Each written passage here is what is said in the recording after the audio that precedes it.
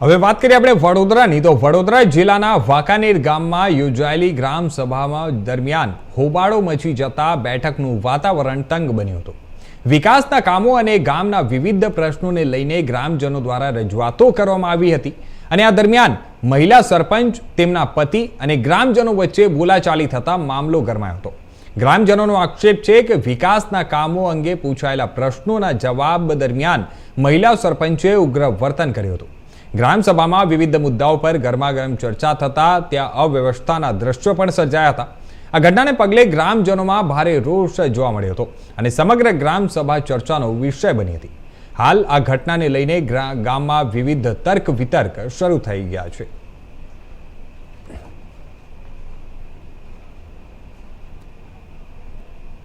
હું વાંકાનેર ગામનો જાગૃત નાગરિક છું અને આજે 5/6/2026ના રોજ ગામસભા યોજાયેલી તેની અંદર હું મારા ગામના જે રજૂઆત કરવાની હોય તે અંગે હું ગામસભામાં જોડાયેલો અને મારી સાથે બીજા 70 થી 80 લોકો પણ જોડાયેલા।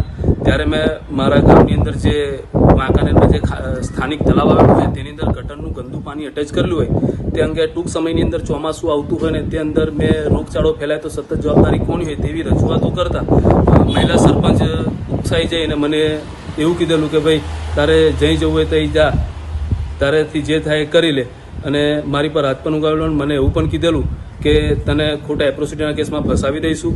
જો વાંકાનેર ગામની અંદર આ જ રીતના તમામ વહીવટો જ મહિલા સરપંચને તેઓના પતિ દ્વારા જ જો કરવામાં આવતા હોય તો પછી ગામસભા કરવાનો કોઈ મતલબ જ નથી થતો, પછી ગામસભા રાખવાની કોઈ મિનિંગ જ નથી। આપણું નામ? દિવાન સલીમ શશિકાંત। તો હવે સમાચારોમાં તરફ આપણે આગળ વાત કરીએ।